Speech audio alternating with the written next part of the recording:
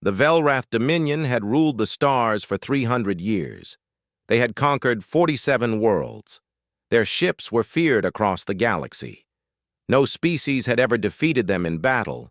No planet had ever resisted their rule for long. Admiral Korvax stood on the bridge of his flagship and looked at the blue planet on his screen. Earth, a small world circling an ordinary yellow star. The scouts had found it 6 months ago. They had watched the creatures living there. Humans, they called themselves. Korvax found them amusing. These humans had barely reached their own moon. Their ships were slow and weak. Their weapons used chemical explosions and crude nuclear reactions. By Velrath standards, they were children playing with sticks and stones. The Dominion Council had approved his request for an invasion fleet. 9,700 ships. It was far more than necessary, but the Velrath believed in absolute power. They would crush this world completely. There would be no resistance. There would be no hope. Korvax turned to his second in command, a young officer named Vrel. "How long until we reach their system?" 72 hours, Admiral. The fleet is maintaining perfect formation." Korvax nodded with satisfaction. In 3 days, Earth would belong to the Dominion. The humans would serve as workers in their mines and factories. Those who resisted would die. It was the way of things. It was the way it had always been. Far away, on the small blue planet, life continued as normal. People went to work. Children went to school. Couples walked in parks. No one knew that death was coming from the stars. In Washington, D.C., General David Mitchell sat in his office at the Pentagon. He was a tall man with gray hair and tired eyes. He had fought in 3 wars. He had seen terrible things. But nothing had prepared him for the phone call he received that morning. "General, this is Dr. Emma Richardson from the Global Defense Initiative. We need you at headquarters immediately. Something is coming." Mitchell drove through the city streets with a knot in his stomach. The Global Defense Initiative was a secret organization. Very few people knew it existed. It had been created 20 years ago when the first alien signals were detected.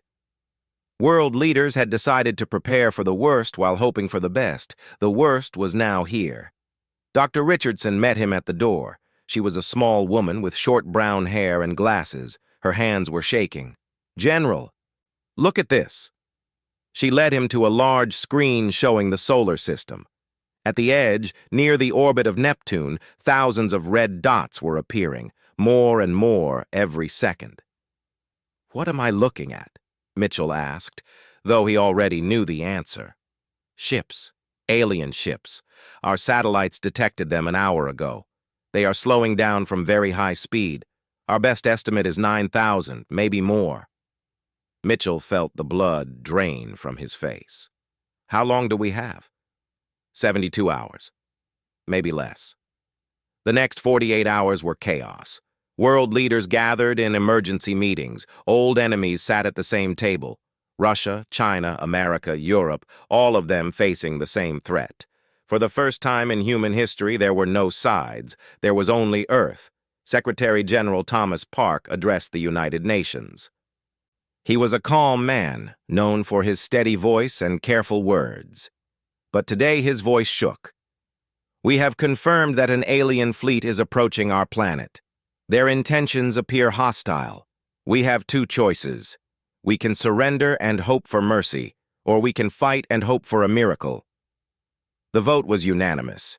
Humanity would fight. General Mitchell took command of Earth's defense. It was a strange army he led. American soldiers stood beside Russian ones.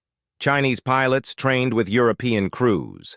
Old weapons were pulled from storage. New weapons were rushed from secret laboratories. Dr. Richardson worked without sleep. She had spent her career preparing for this moment. Hidden bases around the world held humanity's secret. Experimental spacecraft, advanced missiles, weapons that no enemy had ever seen. They were meant to defend against each other. Now they would defend against the stars. Lieutenant Colonel James Walker visited his family before reporting to duty. His wife held him tight. His young daughter asked where he was going. "I have to protect us," he said simply. "I have to protect everyone." Captain Rachel Foster received her orders aboard the submarine USS Montana. She gathered her crew and told them the truth. They were going to fire their missiles at targets in space. Some of them laughed, some of them prayed. None of them refused. Commander Stephen Blake was a commercial pilot who flew cargo planes across the Pacific. When the call came for volunteers, he did not hesitate. They needed pilots. They needed anyone who could fly. Experience did not matter. Courage did. Around the world, ordinary people became soldiers. Teachers and farmers, doctors and builders. They did not know if they could win. They only knew they had to try. Admiral Korvax received reports as his fleet approached Earth. His scouts had detected increased activity on the planet's surface. Radio signals were flooding the airwaves. The humans were panicking just as expected. He smiled. Let them panic.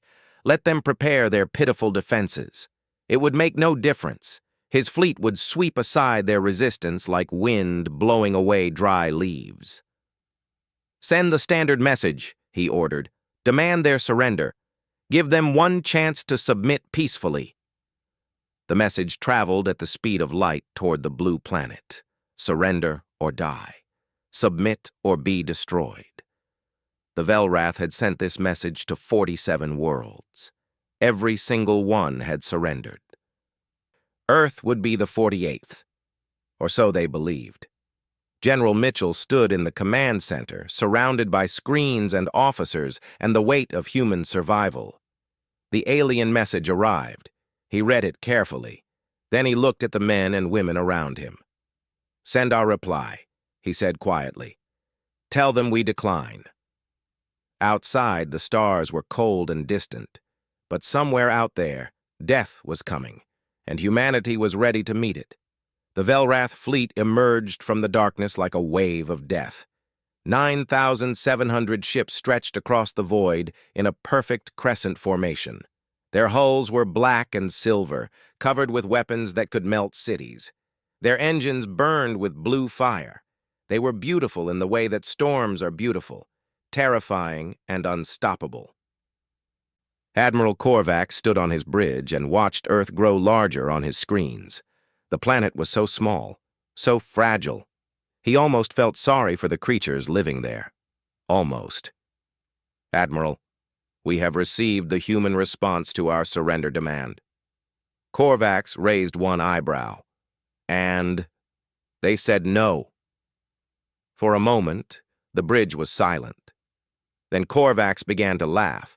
The sound echoed through the ship. His officers joined him, their alien voices filling the air with cruel amusement. "They said no," Korvax repeated. How wonderful, how brave, how utterly foolish. He had given them a chance. He had offered mercy. Now there would be none. "Send the vanguard," he ordered. 500 ships.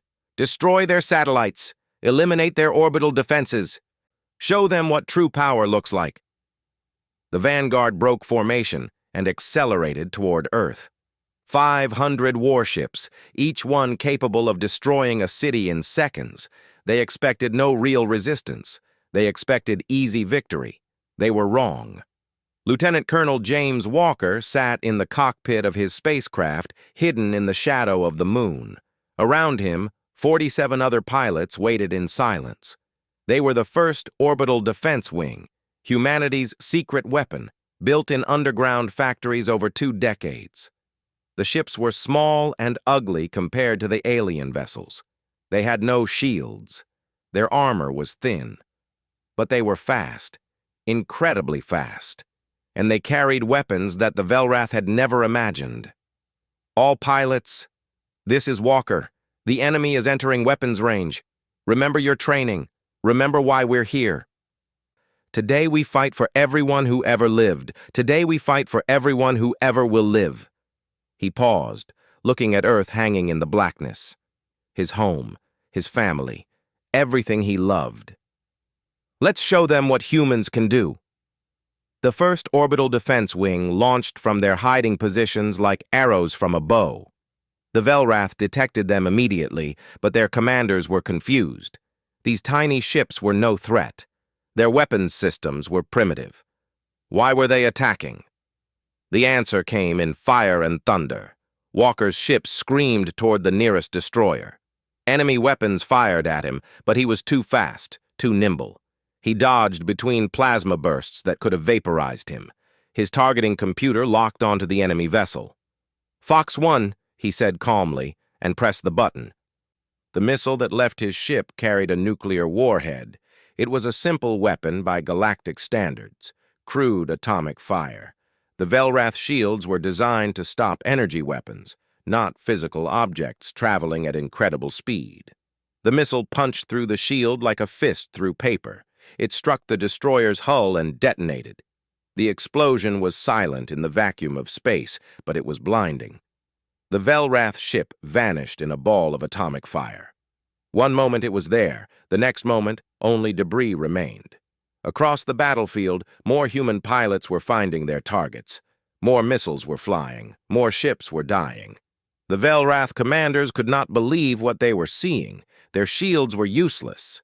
Their superior technology meant nothing. These primitive humans were killing them with weapons they had considered obsolete centuries ago. "All ships retreat!" the Vanguard commander screamed. "Fall back to the main fleet!" But retreat was not easy. The human pilots chased them like wolves chasing deer. They were relentless. They were fearless. They flew their tiny ships into certain death and took enemy vessels with them.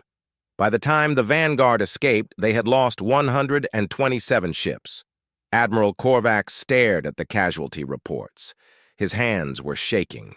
This was impossible. This could not be happening. No primitive species had ever damaged a Velrath fleet. No one had ever fought back like this. "Admiral," Vrel said quietly, "what are your orders?" Korvax did not answer immediately. He was thinking. The humans had surprised him once. They would not surprise him again. "Reinforce the shields," he said finally.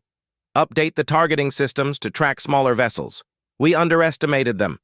We will not make that mistake twice."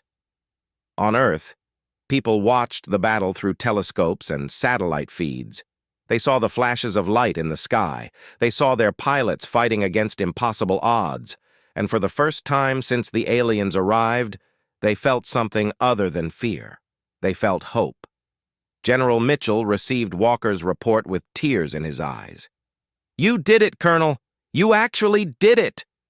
Walker's voice crackled through the radio. "We only bought time, sir. They'll come back stronger. We need to be ready."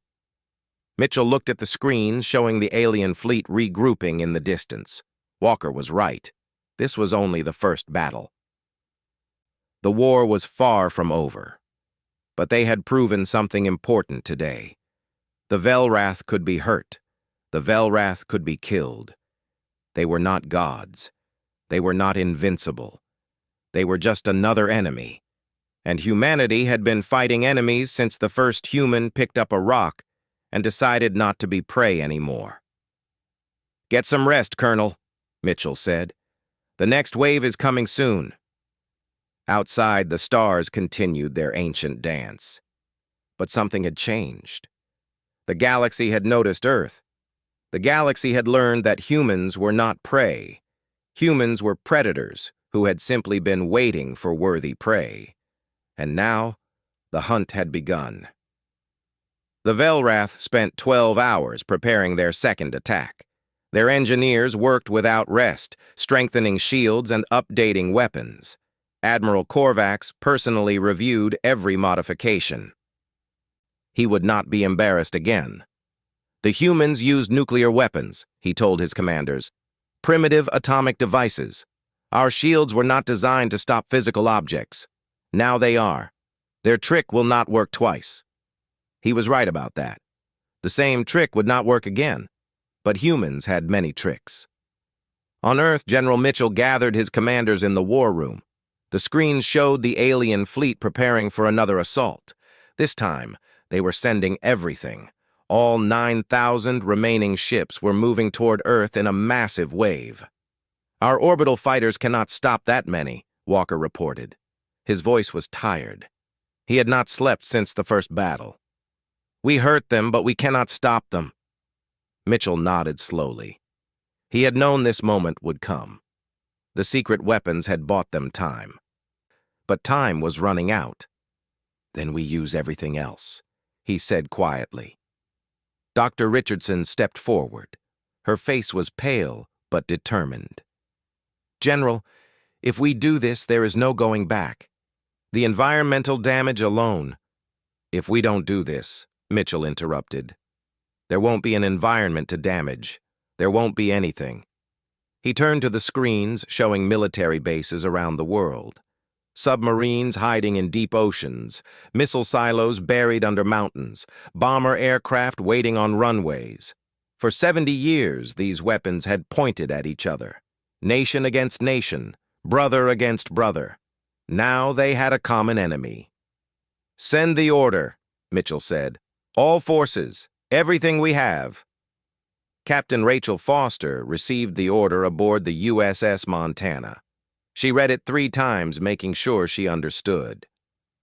Then she gathered her crew in the control room. "Today we fire our missiles at targets in space," she told them. "I know that sounds crazy. I know none of us trained for this, but those aliens up there want to kill everyone we love. Our families, our children, our entire species." She paused, looking at the faces around her. Young men and women who had joined the Navy to serve their country. Now they would serve their planet. "We can stop them. We will stop them. Prepare for launch." Across the world, similar scenes played out.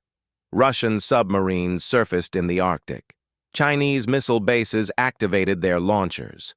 American bomber aircraft took off from secret runways. British, French, Indian, every nuclear power on Earth coordinated for the first time in history. The Velrath fleet entered orbit with supreme confidence. Their reinforced shields glowed with energy. Their weapons locked onto targets on the surface. Admiral Korvax smiled as he watched the blue planet beneath him. "Begin the bombardment," he ordered. "Show them the price of resistance." The first plasma beams lanced down toward Earth's surface. They were meant to destroy cities, to break human will, to demonstrate Velrath power. They never reached their targets. From every ocean, from every continent, missiles rose into the sky. Not dozens, not hundreds, thousands. Every nuclear weapon on Earth launched simultaneously, climbing toward the enemy fleet on pillars of fire. Korvax watched his screens fill with warning signals. "What is this? What are they doing?" "Admiral, detecting massive launch signature from the planet's surface. Thousands of projectiles. They appear to be nuclear weapons." "Nuclear weapons? But we've reinforced our shields against—" He stopped. His officers stared at the screens in horror. The humans were not using dozens of missiles. They were using every nuclear weapon their species had ever built. Weapons designed to destroy their own cities. Weapons they had pointed at each other for generations, all of them now flying toward his fleet.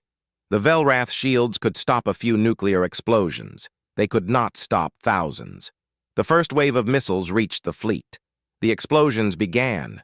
Ship after ship vanished in atomic fire. Shields that could deflect energy weapons crumbled under the overwhelming assault.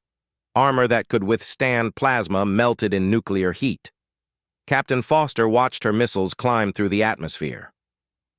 The Montana had launched 24 warheads, 24 chances to hurt the enemy, 24 messages of human defiance. "Direct hits confirmed," her weapons officer reported. "Multiple enemy vessels destroyed." Foster allowed herself a small smile. "Reload and prepare for second launch." The battle lasted 6 terrible hours. The sky above Earth burned with fire. Debris rained down through the atmosphere.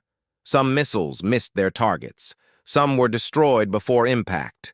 But enough got through. More than enough. When the smoke cleared, the Velrath fleet had lost 2,400 ships. Admiral Korvax stood on his bridge, surrounded by burning consoles and wounded officers. His flagship had survived, but barely. Half his systems were damaged. A quarter of his crew was dead. "Admiral," Vrel said weakly, "this is not possible. These creatures built weapons capable of destroying their own world. They developed planet-killing technology before they even had shields, before they had faster-than-light travel. What kind of species does this?" Korvax did not answer. He was staring at Earth through the viewport. This small blue world, this primitive planet. Its inhabitants had built weapons of mass destruction and pointed them at each other. They had lived for decades on the edge of self-annihilation. They were insane, and now that insanity had saved them. General Mitchell received the battle reports with grim satisfaction. They had used nearly half of Earth's nuclear arsenal. The environmental damage would take decades to repair. But they were still alive, still fighting. "The enemy is retreating to regroup," Walker reported. "We've bought more time." Mitchell nodded. "Then we use that time. Dr. Richardson, what else do we have?" Richardson looked at her tablet. Her eyes were red from exhaustion, but her mind was still sharp. "I have one more idea, General. It's desperate. It might not work. But if it does, tell me," Mitchell said. She told him. When she finished, Mitchell laughed. It was a strange sound in the war room, unexpected, almost inappropriate. "Do it," he said. "If we're going to be crazy, let's be completely crazy." Outside, the wounded Velrath fleet licked its wounds and prepared for another assault. They still had thousands of ships. They still had superior technology. They would overwhelm the humans through sheer numbers. But somewhere on Earth, Dr. Richardson was working on something new. Something that would turn humanity's greatest weakness into its greatest weapon. The aliens thought they understood humans now.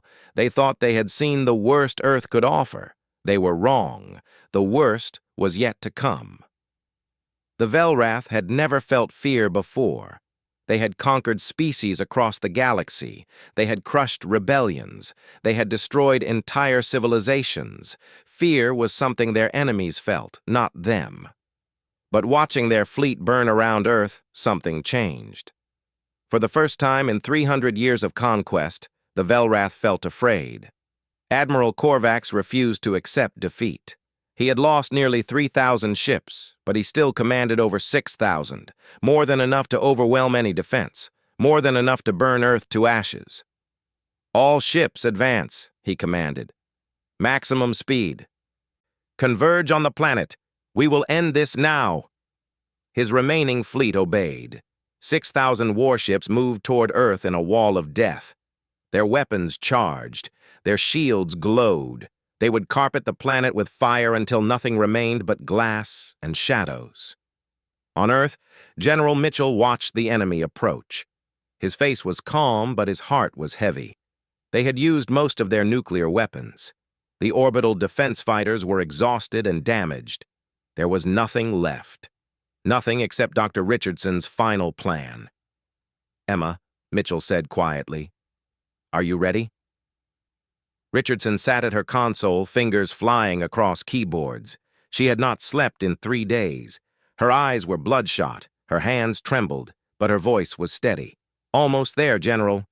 I just need 5 more minutes." "We might not have 5 minutes. Then I need 4. The Velrath fleet entered low orbit.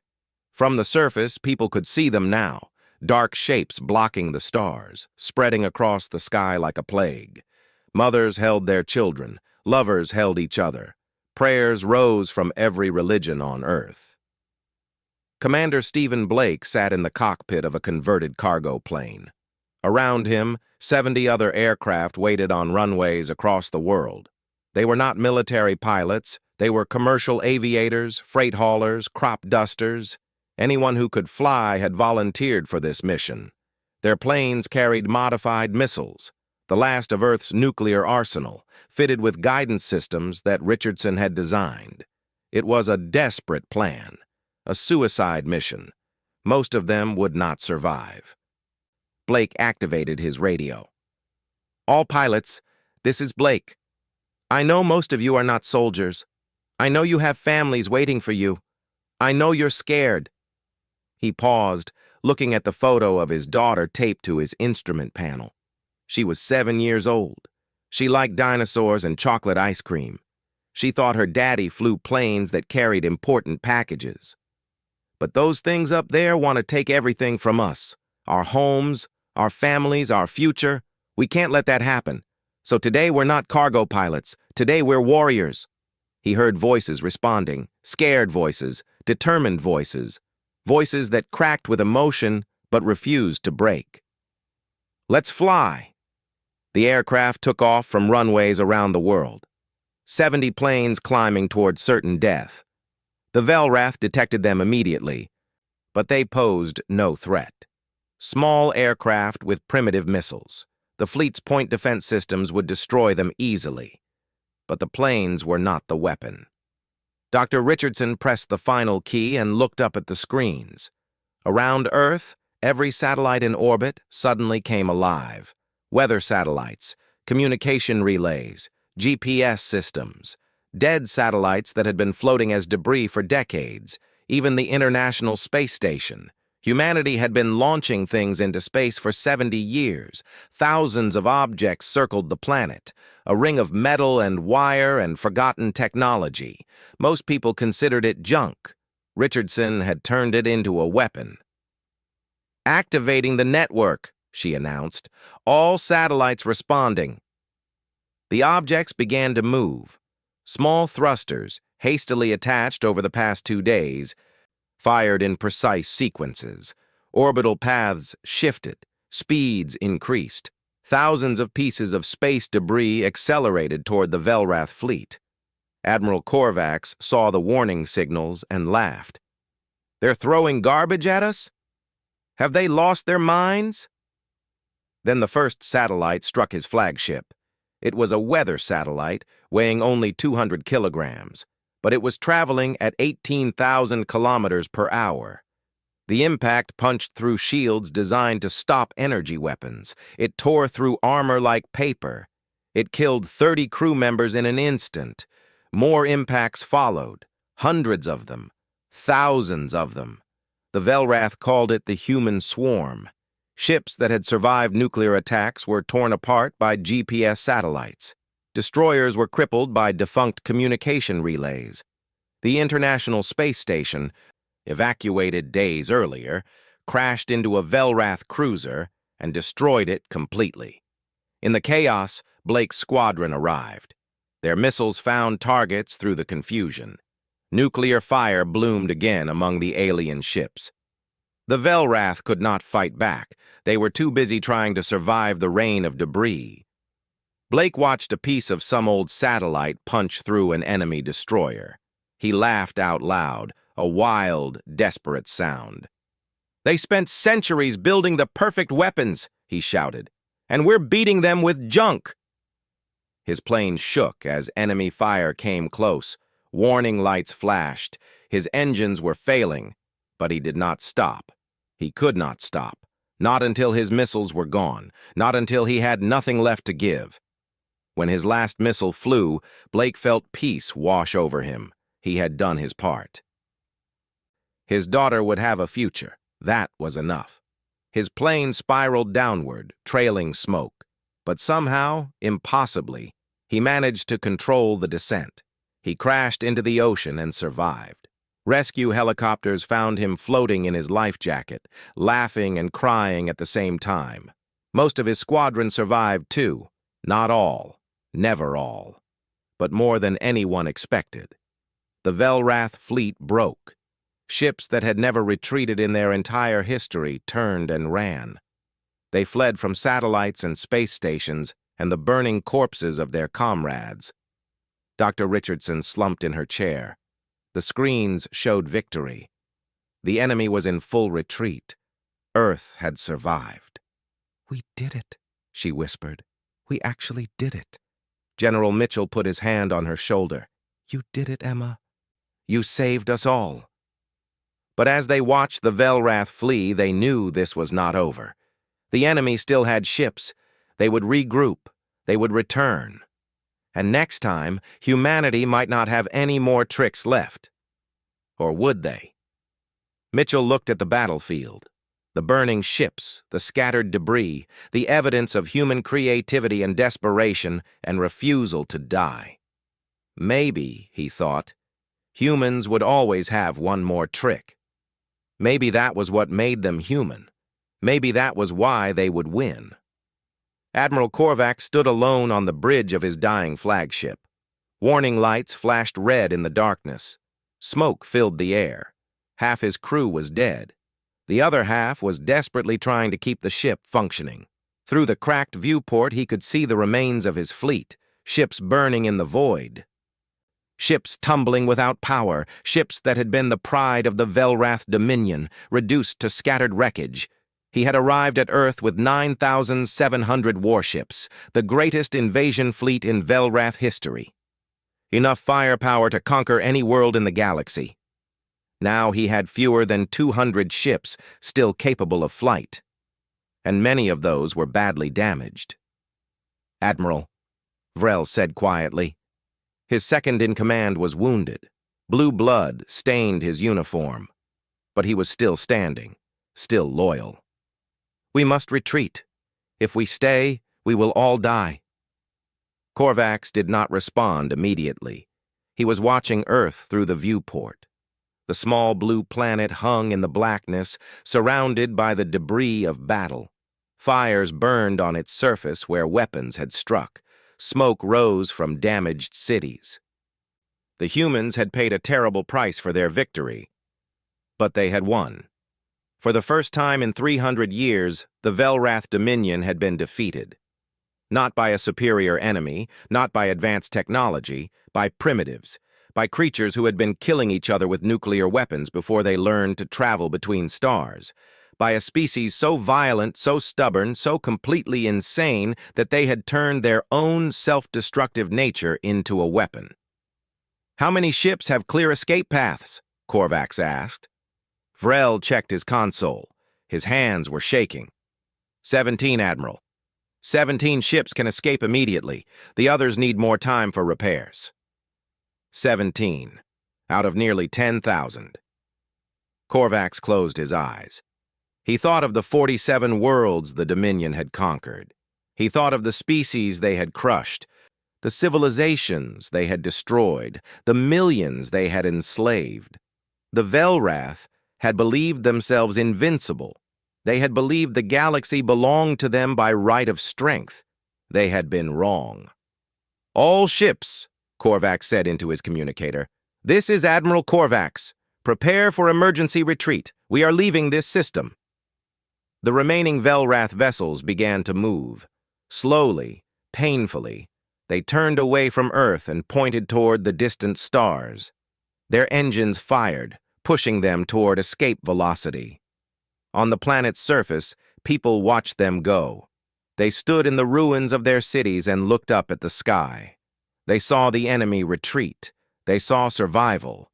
General Mitchell stood in the Global Defense Initiative Command Center. The screens showed the alien signatures moving away from Earth. After 3 days of battle, 3 days of terror, 3 days of fighting against impossible odds, it was over. "They're running," Walker said. His voice was hoarse from exhaustion. "I never thought I'd see it. They're actually running." Mitchell nodded slowly. He wanted to feel joy. He wanted to celebrate, but all he felt was tired. So incredibly tired. Dr. Richardson approached him. She had finally slept a few hours, but dark circles still surrounded her eyes. "General, what happens now?" "Now we rebuild. We recover. We bury our dead and heal our wounded." "And after that?" Mitchell looked at the screens. The 17 surviving Velrath ships were accelerating toward the edge of the solar system. In a few hours, they would be gone. They would return to their empire with news of their defeat. "After that," Mitchell said quietly, "we get ready. They'll come back. Maybe not tomorrow, maybe not next year, but they'll come back. And when they do, Mitchell smiled grimly. When they do, we'll be waiting. And next time, we won't just defend. Next time, we'll make sure none of them go back. Captain Foster stood on the deck of the USS Montana as it surfaced in the Atlantic Ocean. The sky was dark with smoke, but sunlight broke through in places. She breathed the cold sea air and felt alive. So wonderfully, impossibly alive. Her crew gathered around her. Some were crying, some were laughing, some just stared at the sky in silence. "We did it," her weapons officer said softly. "We actually did it." Foster nodded. "We did. All of us. Everyone who fought. Everyone who sacrificed. Everyone who refused to give up." Commander Blake sat in a hospital bed, watching the news on a small television. The reports showed celebrations around the world. People dancing in the streets, flags waving, strangers hugging strangers. The human race had come together against a common enemy, and they had won. His daughter's picture was still in his pocket, wrinkled and stained with seawater. He held it in his hands and cried, not from sadness, from relief, from gratitude, from the overwhelming knowledge that she would grow up in a world that still existed.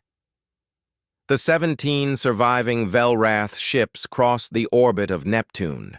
They were wounded, broken, their crews traumatized by what they had experienced. They carried a message that would change the galaxy forever. Earth was not to be touched. The humans were not primitive. The humans were patient. They had spent thousands of years preparing for war. They had developed weapons of unimaginable destruction. They had nearly destroyed themselves dozens of times, but they had survived. They had always survived. And now they knew they were not alone in the universe. Now they knew there were enemies among the stars. Now they had a reason to stop fighting each other and start preparing for bigger battles.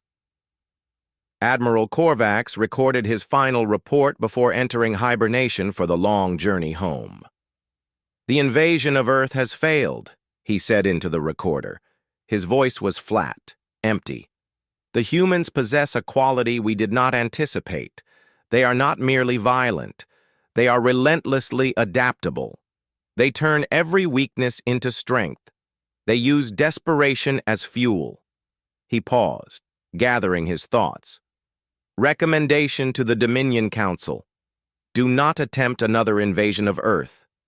The humans are too dangerous, too unpredictable. Leave them alone. Let them remain in their small corner of the galaxy." He stopped the recording, then added one final thought. "And pray they never come looking for us." On Earth, the sun rose over a wounded world. Cities still burned. The dead still needed burying. The work of rebuilding would take years. But humanity was alive, against all odds, against all reason, against an enemy that had never been defeated. They had survived. General Mitchell stood outside the command center, watching the sun rise. Dr. Richardson joined him. "Do you think they'll come back?" she asked. "Yes," Mitchell said. "Eventually."